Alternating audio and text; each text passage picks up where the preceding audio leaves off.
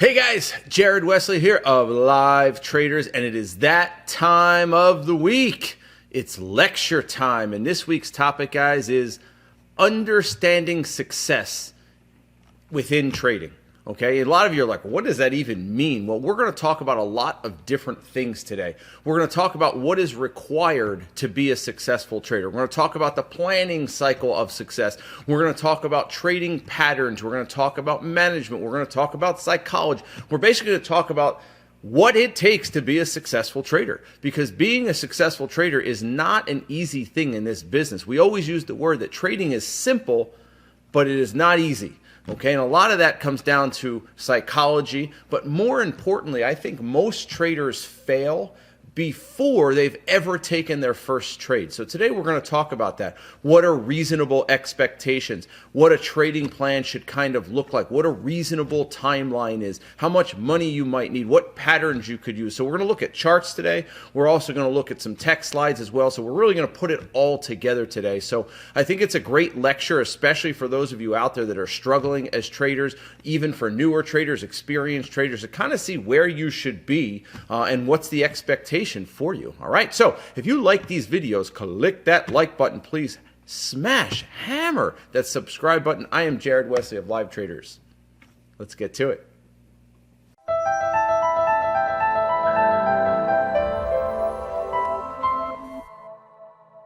This week's lecture topic is understanding trading success, and that's kind of an odd topic, or an interesting topic, if you will. Usually when we come in, there's some specific psychology related comment, or there's some specific, hey, we're going to talk about support and resistance today. So when you say understanding trading success, what does that really mean? Well, you're going to find out here. It's kind of I want to call it a hodgepodge lecture, because I don't think that that's fair.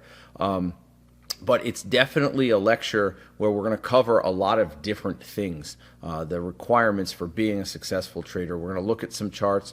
We're going to look at some trade management, some money management. We're going to look at a lot of different things today. So there is a lot that goes into this lecture, I suppose.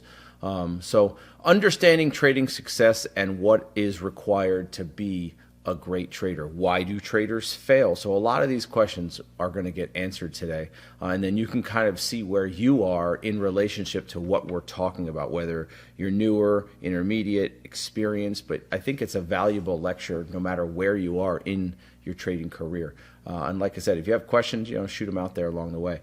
But anyway, let's just dig right in. No, when will the insanity stop this week? Sorry to disappoint.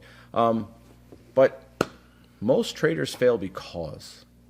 And if we're going to just be honest about things, most traders do fail. And there's a difference, though. See, I think the outside world thinks that failure means losing every penny you have. This just isn't true. I know a lot of traders that have moved on that were actually making money, because for them it wasn't happening quick enough, or they felt like they plateaued and they couldn't, make enough money to support themselves, and they, where they lived in the country, they couldn't, go to their job and still trade, so they became swing traders as a supplement. I know traders that have failed that lost money, but maybe they lost 10 or 20% of their account. My point is, there's lots of different levels of failure. Sadly, a lot of people have this idea that the only people that fail are the ones that blow up their entire trading account. No, there are tons of people that quit this business that really haven't lost much money at all. They just got frustrated and gave up. I mean it. I would say it's half the people that I have met that have quit. 50% of the quitters I have met are people that really didn't lose much. They just got frustrated. They felt like, I'm treading water here and I'm just not getting out of this range. So, oh well. So that's something we'll talk about today as well. But one of the things that I find is a big deal, and we're going to talk about it here shortly, is two things. People's expectations exceed their experience, so they come in knowing nothing but thinking this should be easy or they're going to get it quickly. And a lot of people do come in undercapitalized. And that undercapitalization isn't always their account size. It's their lifestyle too, right? It's, hey, I don't have that much in my savings and I just quit my job for no good reason, or some of those things. So there's just so many reasons that people unfortunately give up or quit the business. So let's take a look here. Most traders fail because of a lack of understanding. It's a fact. Most traders fail because they have no idea what the expectation is. Admit it. I mean, again, you don't have to completely admit it to me, but appease me for a moment. For most of you, for many of you, before you came into Live Traders, let me ask you a question. Is this business exactly what you expected it would be, or is it a lot different than what you expected it to be? Is the timeline the same as what you expected, or is it different than what you expected? So what do you guys think? So you can just maybe throw in a 1 if it's exactly what you expected, a 2 if it's much different than what you expected, or a 3 if it's like, well, I don't know, crazy, way different than you expected. Because from my experience, having done this for a long time and talked to a lot of people, almost everybody, I'm going to say 95%, longer than they expected. Almost everybody I meet says, yeah, this is taking longer or has taken longer than I expected, right? For almost everybody I've met. So yeah, are there always a few exceptions to the rule? Sure, but most people I've met. So think about what I'm saying there for a second. If almost everyone I've met, and just about everyone in here, I think there's only a couple 1s in here. There's a 1 and a 1.5. Every other person in here, every single other person has typed in a 2 or a 3, which means it's taken longer than I expected. So of the, I don't know how many people just answered, 40 or 50 people, 2 said, no, it's about what I expected. Damn. That's a lot. That means just about everybody. So if you come into this business with the wrong expectation, there's a much higher likelihood you will fail. Because if your expectation is not in alignment with reality, you're going to think the problem is you. And when you start thinking the problem is you start getting down on yourself, you start losing confidence, and you start saying, you know what, maybe this isn't for me. When in reality, and here's the kicker, when in reality, you're actually the same as 95% of the other people out there. You just don't realize it. And that's the problem. And I know it sounds weird to say this, but like, in a way, misery loves company. So if you feel like other people are struggling with you, you're okay. You're like, yeah, okay. Well, if they're struggling too, then I feel better. But if I'm the only one who's in this position, then shit, screw this, I'm going to quit. Do you see where I'm going with this? So if you came into this business and you're like, well, gosh, it takes everybody 2 or 3 years to get good at this, you wouldn't be down on yourself. You'd be like, well, the guy next to me and the girl to the right of me, everyone's struggling. I'm good. I'm where I'm supposed to be. So where am I going with this long, drawn-out diatribe? I'm going with, if it meets your mental expectation, you'll continue to work hard at it. But if it goes outside of your expectation, you'll likely quit. So many people, most people, have failed before they ever actually funded their trading account because their expectation, opinion of the business is completely wrong. And therefore, they can't handle it when the market slaps them in the face. They think they're the only one it's happening to, and they quit. See where I'm going? So your expectation before you ever start trading has a huge bearing on whether or not you become a successful trader. It's a long way to get to that point. All right? So here is what is required to succeed. We're just going to go through it. This is the requirements, period. For everybody. I don't care who you are.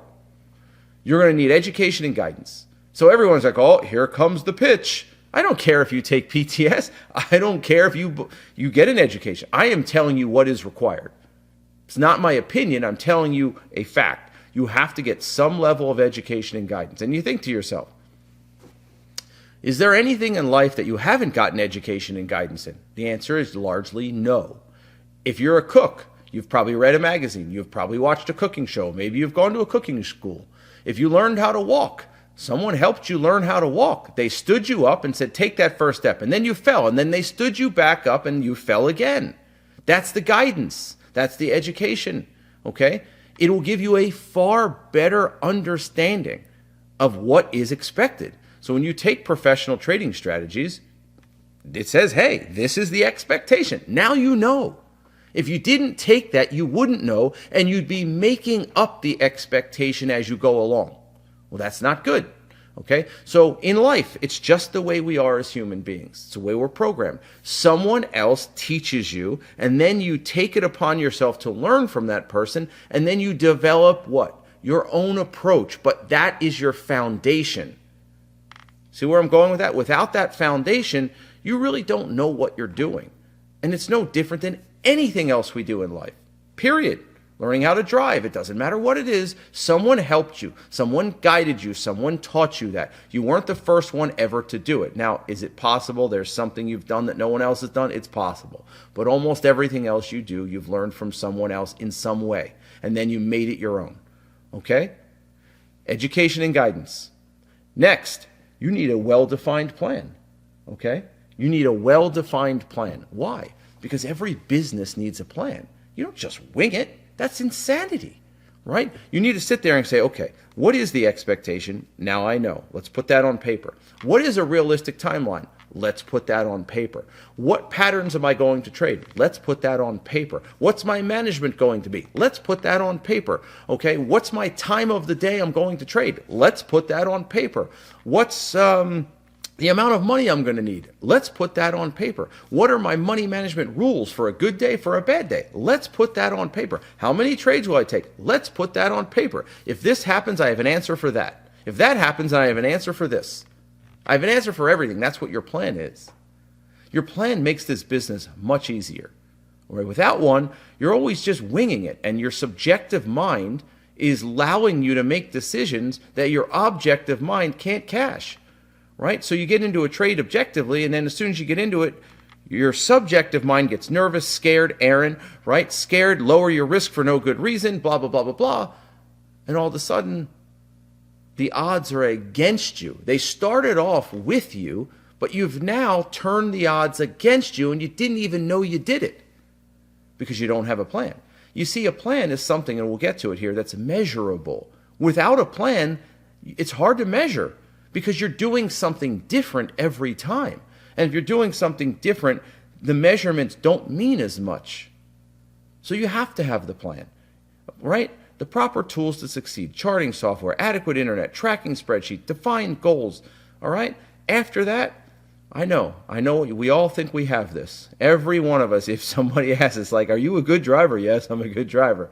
Not everyone can be a good driver, meaning not everyone has objectivity and humility. Oftentimes, this is something we need to be taught. And the market teaches these lessons in a very hard way. The market teaches nothing easy, okay? So the market's always right. Learn from mistakes and never stop working hard. And this is the key, learning from mistakes. When you start making excuses for your mistakes, you're not helping yourself. You're not learning. You're not progressing. You need to look at it and go, yeah, I chose that trade. No, the market maker didn't single me out. No, the HFT didn't shake me out because they don't like me. It's my fault for taking that trade. Own it. Accept it. And this is a problem. To be honest with you, of all the 4 things on here, and I believe they're all very important, this is the hardest one for the average person to overcome. Because most people are used to blaming other people.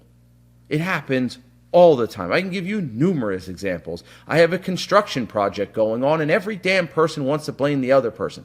Oh, the electrician blames the plumber for putting the pipe in his way, and the plumber blames the guy who dug the trench because the trench wasn't dug in the right way. And then the trench guy says, yeah, but that's where the general manager said to put the trench.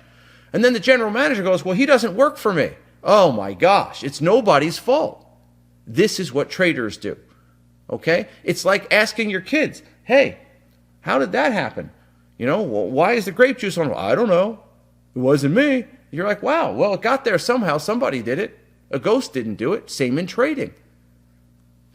You did this. Accept it. That's the objectivity and humility to accept you made a mistake. And it's a hard thing to do. It's like saying you're sorry in the middle of a negative argument, and you know it's your fault. You just don't want to admit it. Just admit it. Move on. It's faster that way. Right? It's much quicker that way. So you're going to learn humility, whether you have it or not. The market will teach it to you. The question is, Are you the definition of insanity? Will you continue to do the same thing over and over again and expect a different result? And if so, then your trading account will slowly and slowly dwindle and dwindle and dwindle so you don't have any money left. And then you can blame the business, oh, it's just a bunch of gamblers again, because you lack objectivity. You want to play the blame game. It doesn't work in this business. Experience. You can't win, you can't earn, you can't make money in this business without this. I can sit here and wax poetry all day long. I can have you take professional trading strategies 27 times. I can give you a well-defined plan.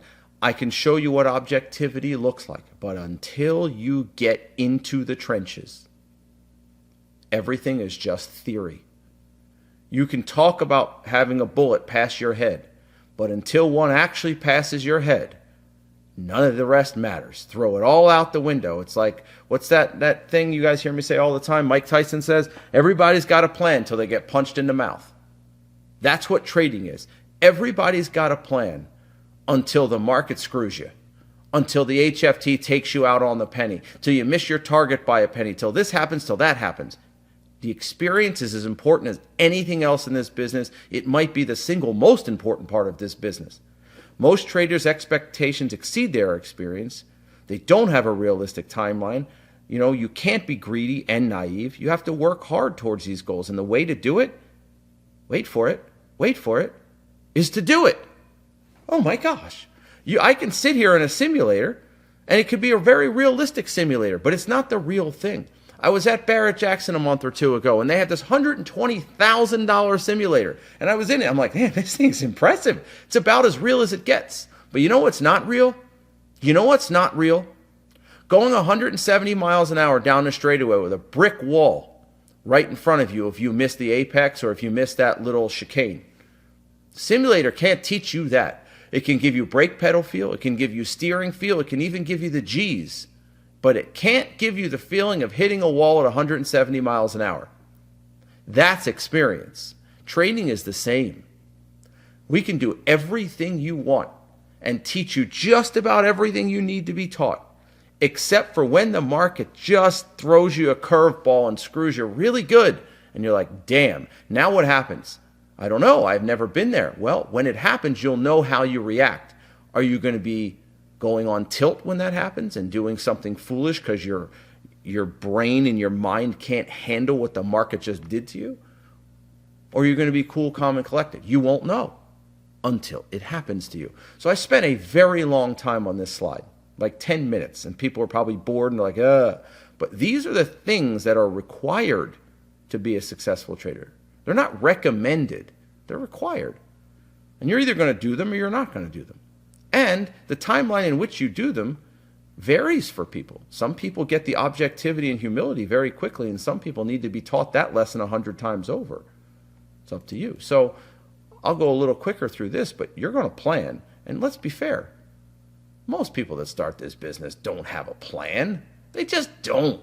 They just come in and they wing it. They're like, oh yeah, I saw this ad on Google. Guy told me I could turn $5,000 into 50. I need the money, so I thought I'd be a good trader. That's no plan. You plan. Then you implement the plan. That's actually going out and doing battle. The implementation of the plan. It should say trying to implement the plan, right? Then you measure it. So you make the plan on paper on a Sunday afternoon. You're like, I'm cool, calm, and collected. Monday morning comes around, you go and you do your very best to implement what you thought about on Sunday. And then you measure those results. After you get the measurements, you assess the measurements, right? You sit there and go, okay, well, this is what I did. This is what the numbers look like. And now I need to make an assessment. Okay, what did I do well? What did I do poorly? Where can I improve? And then you make the improvements. You add the improvements to your plan and you start over again. You start over again and you do this over and over and over and over again until you get to a plan that makes you money consistently and you can follow it. And all of a sudden, your life changes. Now, when I say all of a sudden, it's like, what is that word they use? I can't remember the phrase I'm looking for. It's like 10 years to overnight success or something like that. That's what this is all about, the planning cycle of sight. And you're going to go through this over and over and over again. But the only way this works is objectivity and humility. If you're not going to be objective with yourself, none of this matters, because you'll be lying to yourself. Well, it really wasn't my fault. It was the plan's fault, so I don't really need to change that. I'll just be better tomorrow. No, you won't. You'll make the same mistake you made tomorrow unless you make an adjustment. Okay? So it's very important to go through this planning cycle of success. All right? Daily routine. Have a defined plan. Have you guys noticed the 3 slides? You need a plan, you need a plan, you need a plan. 3 slides in a row. You need a plan. By the way, you need a plan. Okay? Develop a daily market bias. You check the relevant news reports. You don't want to be in a housing stock if there's a 10 a.m. home building report or 9:45 PMI or something like that. Create a focus list of favorite ideas. Prioritize your focus list from top faves to secondary favorites. Put those favorites on a thumbnail watch list with potential entry points. Mark off where you'd like to see it. Now, Unwall's a great example of this today on Amazon. He said, guys, Amazon's up good amount on the 30-minute and the 60-minute charts. So there's a good chance Amazon's going to pull back. Right? There's a good chance Amazon's going to pull back at some point today. We're going to buy the pullback. But I expect it to pull back off the open. What happened with Amazon? Sure as shit. Pulled back off the open, and you guys took it, and you get, 50 cents on your puts or your calls, I think it was, you took on Amazon. What is that doing? That's creating a focus list. That's creating a plan before the market opens. And what happens? When all those things line up in your favor, you're like, it's not even a question. You just do it. If none of those things line up in your favor, you move on to your second or third or fourth idea. But when they all line up, you go, duh, I don't even have to think about it. Why? Because I already thought about it. That's why you see, people ask, well, why don't you have the daily chart on your thumbnails? Because I already looked at it. They wouldn't make the thumbnail list if I hadn't already looked at the daily chart. Right? So you do that. Then be patient. Wait for your pitch. Sit back and you're just staring. You're just watching your thumbnails. Okay. And then manage in between. Use proper trade and money management. Done. This is what you're going to do every day, over and over and over. And then you're going to go back to here, and you go, well, how did I do? How did I do with implementing my plan today? Well, your measurements will tell you this. And then you'll assess the measurements, and you'll do it over and over and over and over and over and over again. Okay? Because you don't want to be here. You don't want to be here. Because no discipline equals a failed trader. The bigger the hole you dig, the harder it is to get out of. Unfortunately, and this is why I originally developed When Will the Insanity Stop segments, people dig really big holes by, quite frankly, being stupid. I'm using the word foolish because it sounds nicer, but people are just dumb, idiots, stupid. That's what most people are, stupid. Oh, I don't need an education. I'm going to get this myself. Well, have you done anything else in life without an education? No, but this is different. I'm going to take the hardest business I've ever tried and I'll be damned, I'm going to do it by myself. Okay, let me know how that goes. And then what happens is they start digging a hole, and the hole gets bigger and bigger. And as the hole gets bigger, they start getting more aggressive instead of less aggressive and taking a step back and going, this isn't working. They double down. And then the hole gets bigger and bigger. And eventually, they don't have any money left. Or they've dwindled their account so badly that they're never getting it back. And look at this over here on the right. Now, the first few levels are not that bad. You lose 5%, you need 5.3 to get back to break even. You lose 10%, you need 11 to get back to break even. Not so bad. You start getting down into the 30 to 40% range, and the numbers start really getting dangerous. You lose 50% of your account. You need 100% gain just to get back to break even. So I say to you guys all the time, you're tired of hearing it, dead horse beaten a million times. Risk $5 a trade. That means if the trade does not work, you lose $5. No big deal. No big deal. But most people's egos lack of objectivity and lack of humility, experience, expectation exceeds experience. That's what they do. You follow your plan, you keep losses small, you let your winners run, stay in control. Right? We help control this problem by placing loss limits on every trade. That's it. If you don't do that, you're just a gambler. So no discipline, you're a failed trader. Next, demand quality. Demand quality. Now, you won't know what quality looks like unless you get an education or training or guidance from somebody, but we know you know better. Go get the education, training, and guidance. Have someone show you what high quality looks like, and then you go out and look for high quality. Accept nothing but the best. And good things will happen. Here's a great base breakout.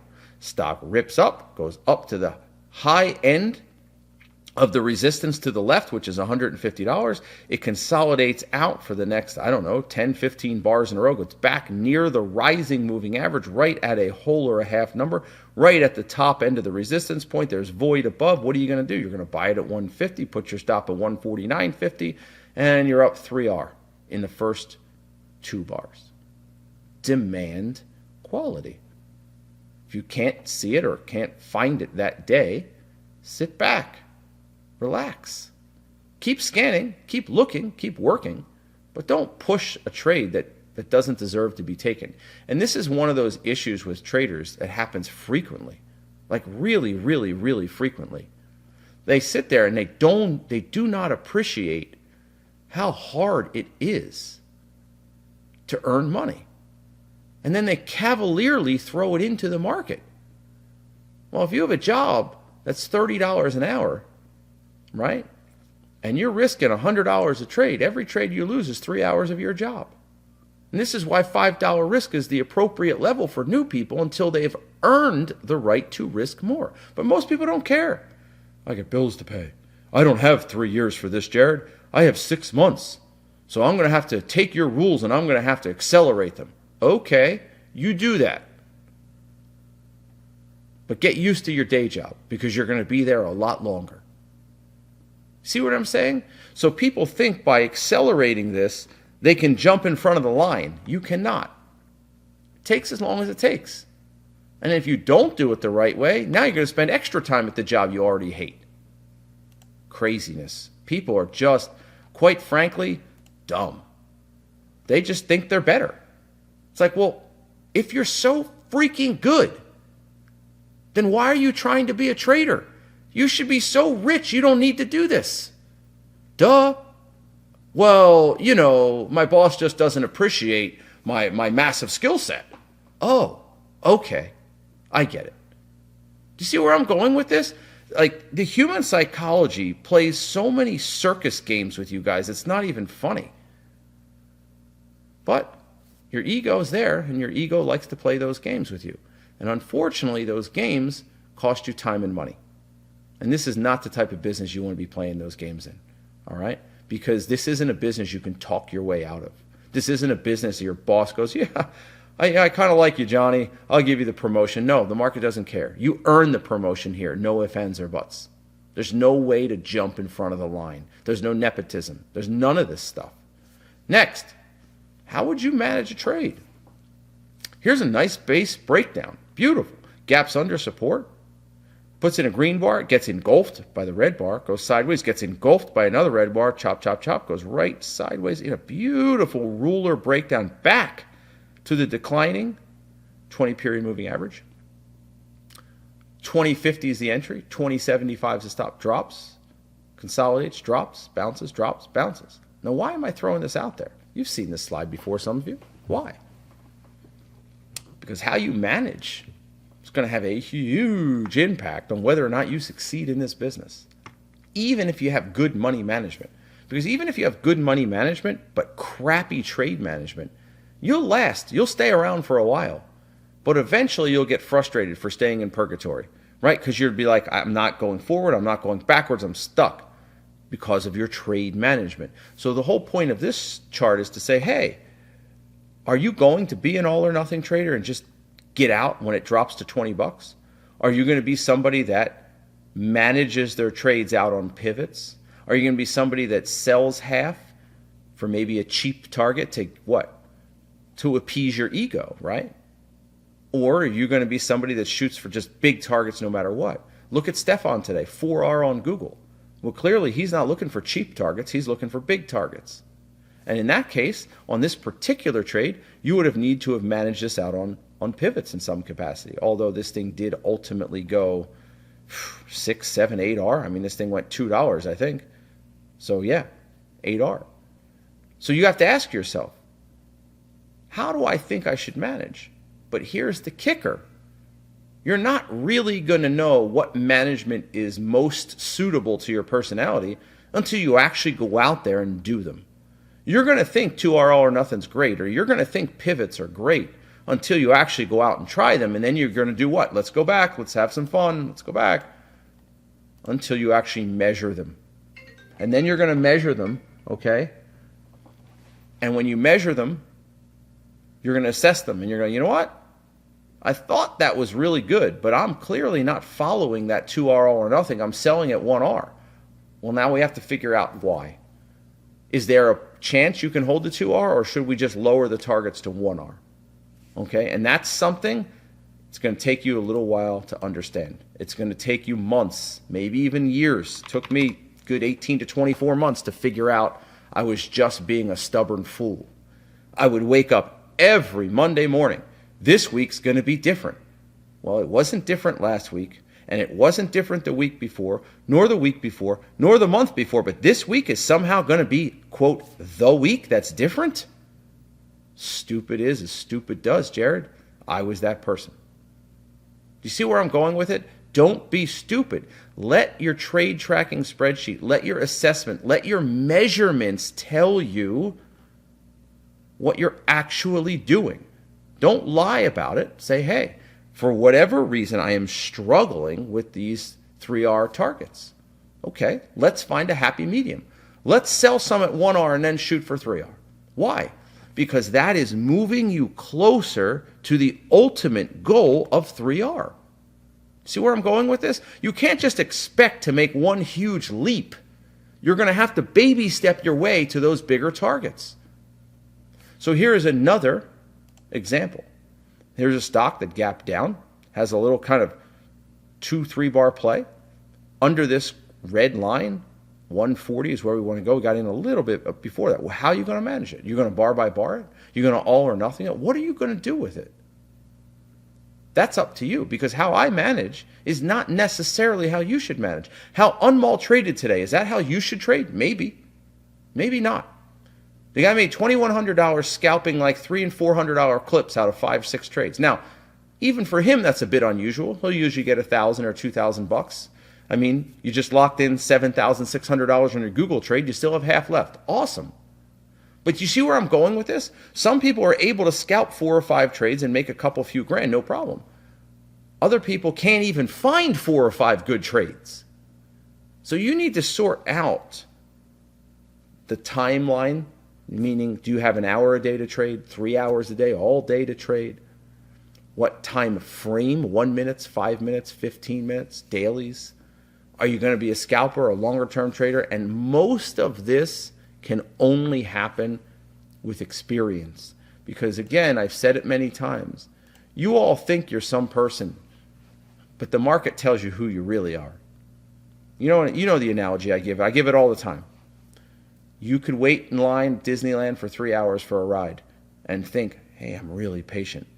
Take one trade and you're out in 37 seconds. What happened to that patient person waiting in Disneyland? Well, there was no money on the line when you were waiting in line at Disney, but there was money on the line when you got into that trade. So it's different. So you won't know until you do. And you won't really know until you really do. And what I mean by really do is do it 100 times, 1,000 times, 2,000 times. And the more you do it, the more patterns you see. And I'm not talking about chart patterns. I'm talking about personality patterns. You're going to start seeing these patterns in yourself going, man, when I take a first trade winner, I get really complacent. When I take a first trade loser, I become Elmer Fudd and I just take 5 more trades, right? See where I'm going? So you're going to start to develop these patterns. And once you develop these patterns, you're going to start being able to make meaningful adjustments to your trading. So you'll continue that planning cycle of success, but with more meaningful data because it's over a longer period of time. So here's another example. $86 entry, $85.80 stop loss. Pops, pulls back, pops, pulls back, pops, pulls back. Well, I'm probably out on that first pop. Right there. That first bar, I'm done. Stefan's riding this bad boy up to $87. He's got way more patience than I do. Way more patience than I do. Makes more R every month than I do. That's all in your personality style. Your ability to follow your plan and management strategy properly is the difference between financial freedom and working for somebody else. That's it. Your ability to come in and actually follow the rules that you put down on paper, manage it properly, do everything you're supposed to do when you're supposed to do it. It's the difference between you being able to do this for a living and not. Just that simple. And that's the wrong question, Matthew. It doesn't matter. Do you see where I'm going? It doesn't matter. Who cares what Stefan's management? It only matters what your management is and if you follow it or not, and if you're doing the planning cycle of success and you're measuring and assessing your results and going, how can I be better? And this is the whole point of this lecture. What is required of you to be successful? And knowing you're different than the person next to you. Knowing your situation is a little different than the person next to you. Okay? So these things are very important, guys, in becoming a successful trader. Swing trading, core trading, it's no different. Swing trading and core trading is no different. You may manage a little different, but the concept's the same. The patterns are the same. Entry's same. Stop loss the same, just a little wider.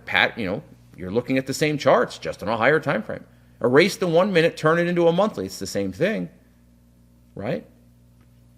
So here, entry at 20, stop at 18. 4 days later, it's at 40. Now, granted, is this an extreme example? Yes, it is. Yes, it is. But it's an example nonetheless.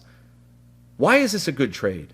Narrow range and clean, near the rising 20 MA, decreased volume in the base, at the high of the day, at a whole number, void above. Oh my goodness, what a beautiful play. Volume drop in the base, not is the base, right? Always find a mistake, don't I? Right? This could just as well be a 1 minute chart. Could be a monthly. In this case, it happens to be a daily, but it doesn't matter. The only question is, what did you get from it? Did you manage it properly, or did you sell too soon? That's all that matters. Because if you're able to overcome those demons, those psychological demons, you're not going to have a boss for very much longer. I mean, to be honest, think about it for a moment. Really internalize it.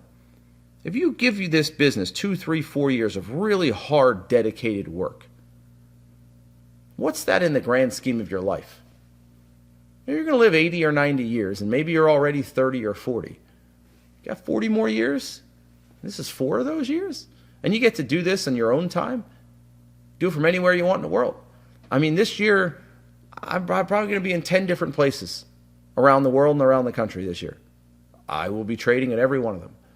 From Sweden to Austria to London to Paris to Spain. I'll be in all these places. I'll be in Tokyo this year. I'll be in all those places. And my laptop's going to be with me. I'll be able to trade. There's no other business that lets you do that stuff. So isn't it worth the effort? And this is the issue, guys. This is really what it comes down to. The iceberg illusion. I haven't used this in a long time. Some of you have seen it before. Success isn't easy. It's not easy for anybody. It's not easy for Einstein, and it's not easy for Forrest Gump. It's not easy for anybody. And anyone tells you that is lying to you. Hard work is required.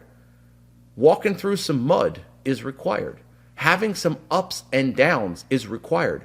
Being upset sometimes is required. Riding that roller coaster of life will happen. It's not all just rose petals. And this is the problem I have with people that say, oh, this is so lucky. No, it wasn't always this way. It wasn't always this way. And it won't always be this way for you if you're struggling now. It will be better if you work hard towards your goals. But the problem with all of this is, are you being honest and objective with yourself? Because if you're lying to yourself, it doesn't matter how hard you work, you're not going to make the necessary changes because you're lying to yourself. Hard work's the only thing that ensures your success. You're probably not going to win the lottery. I'm not, because I don't buy tickets. But if you work hard, good things will happen to you. So this is what people see, but this is what really happens. Persistence, failure, sacrifice, disappointment, good habits, hard work, dedication. People don't see any of this crap. But it's what makes the top look so pretty. They don't see this. I think I've told you guys this story before, but I know a very successful gentleman. Super duper successful, okay? And we were talking about the comment, "You're so lucky." And he's, I get that a lot from people. And you guys have perhaps heard me say this in the past. And he said, luck is a matter of opinion. He said, because I can assure you, Jared, that most people would not give up what I have given up to be where I am. And he goes, those are choices that I've made. Some I regret, some I don't. And what he was basically saying is, people only see where I am. They don't see where I've been. They don't see that I'm divorced. They don't see that my kids and I don't have a good relationship. They don't see that I've had 2 heart attacks. They don't see that. They only see one thing, money. It's not just about the money, guys. It's about quality of life. And again, this person is saying, I chose that. So I would be a hypocrite if I said negative things about that. I can't tell somebody else this is worth it or this isn't worth it. It's only up to them to decide whether or not it's worth it. I can tell them the things that I did well and the things I could have done better. I can tell them positives and negatives, but only they can decide if it's worth it. And that's the truth. And that's where this iceberg comes from. Because I don't know a successful person that didn't go through some crap to get there. Some more than others. But there's a lot of the failure, there's a lot of the sacrifice, and there's a lot, trust me, there's a lot of disappointment along the path of success. I've had jobs I have absolutely loathed and hated through the years. I've had things go so wrong at times I just thought, man, this is never going to work. Everybody has doubt once in a while. If they don't, they're lying to you. I'm telling you. Not any person I know is successful at one point in life didn't think, is this gonna work? I don't know, but I'm going to keep trying. It's happened to everybody. Okay? So my point, though, is the people that ultimately make it find a way to keep their eye on the prize. They find a way to keep their eye on the brass ring. They find a way to say, this is worth it.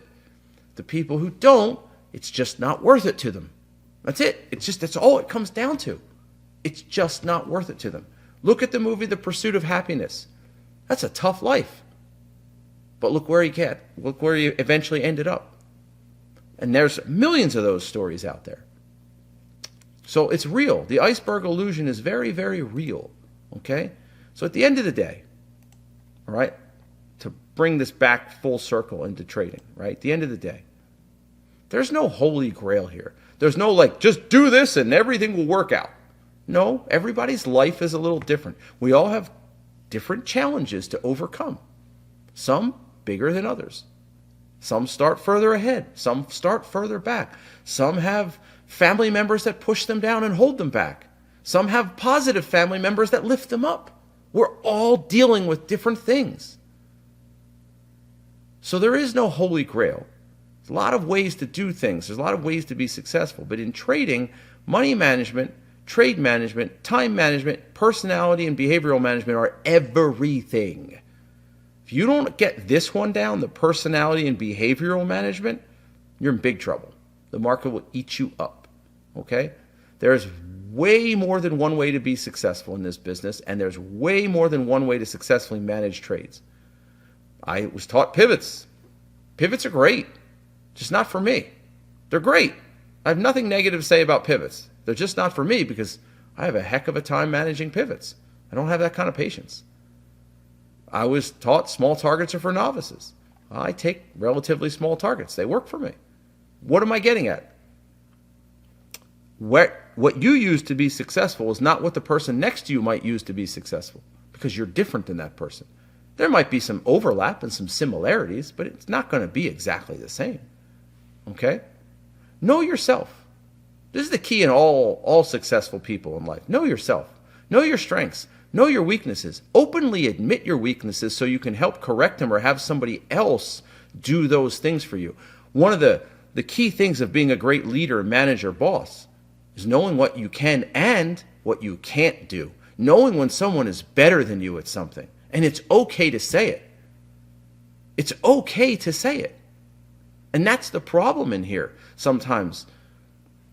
To be the best at something doesn't mean you have to, quote, be the best at everything. Does that make sense? Michael Jordan can be a great basketball player, but he doesn't have to be the best three-point shooter that ever lived to be a great basketball player. You see what I'm saying? You may not be a great trade manager. So you find a happy medium in your trade management, and then you focus on improving on that skill, but maybe being a better stock picker, being a better time manager, better money manager. You're not going to be perfect at everything. No one is. Okay? Understand your expectation before you decide on a specific style. Know what that style entails. Know what that style needs to be successful. That's the expectation. Keep it simple. All right? Now, one last comment. I haven't used this slide in a while either. And then this is it. Wrap it up. Trading allows this to happen. All right? Trading is, in my opinion, for me, it is one stream of income. Most successful people I know have multiple streams of income. Sure, they may have a main stream of income. That's what owning a business is all about. But they turn that main stream into multiple streams, okay? Trading is one stream of income. Unwal talks about this all the time. He has options trading and stock trading. And within options and stocks, he has intraday trading, swing trading, core trading, which is long-term investments. Inside of or outside of all that, what does he also do? He invests in Bitcoin and Algorand. And outside of all that, he does some of that real estate, right? He's shown you some of those apps and things that he does with real estate. My point is multiple streams of income. That's the goal. Why? One, it makes more money. That's always nice. And it takes the pressure off any one stream. Unwal said this to you. Hey, guys, when my stock trading's not as good, my options are really killing it. Vice versa. So don't quit your regular job until your trading can sustain that. Why not keep it for an extra year or two? It's an extra income. Trade for an hour or two in the morning. Keep your day job. There's no shame in that game. It's actually helping you. Smart people will retain their job, use the dual income to expedite the wealth building process. It's just one stream of income. Turn it into other forms, from day trading to investing in real estate, core trading, etc., and so forth. Okay? And learning to trade on top of all of this, guys, it's just going to make you better in other areas of your life. It's going to make you better with your finances, right? It's going to make you better with your IRAs and 401ks and long-term investments, okay? And those higher returns will have a more fruitful life and retirement, all right? So think of what trading can do for you. I mean it. Really give it some thought. Go, wow, I can do this from anywhere in the world for an hour or two a day or all day. It doesn't matter. I can use Forex. I can use options. I can use stocks. I can use 1-minute charts. I can use monthly charts. There's so many choices. And then what can those things do for you? When you get trading to a level, I mean, imagine, for example, what Aaron's thinking right now. He's a farmer, crushing it in trading. 10, 20 grand every month right now. He's only been doing this, 2 years, you said, Aaron? A year or two? 2 years? 10, 20 grand a month. Now you have multiple streams of income.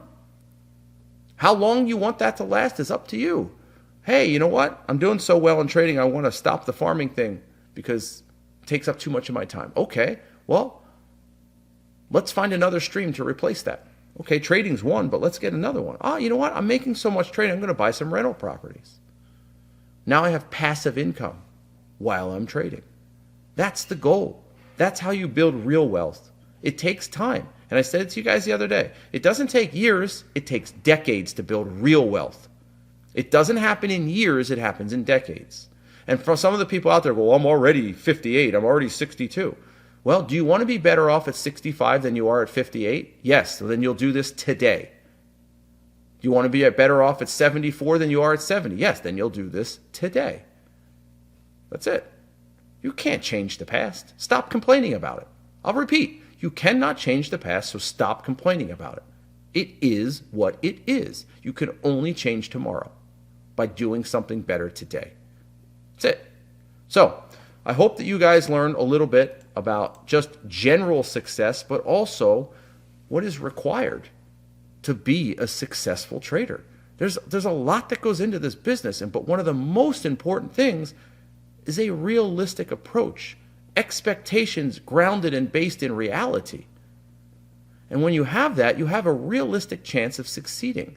And then after that, it's about self-understanding, humility and objectivity and discipline. The market's going to punch you in the mouth. That's a foregone conclusion. But how you handle that punch, do you get back up? What do you learn from it? That's going to determine whether or not ultimately you become successful. And then when you become successful, you can turn that money into other streams, multiple streams of income, so you can build real wealth. All right? So I'm Jared Wesley of Live Traders. We'll get back at it again next week.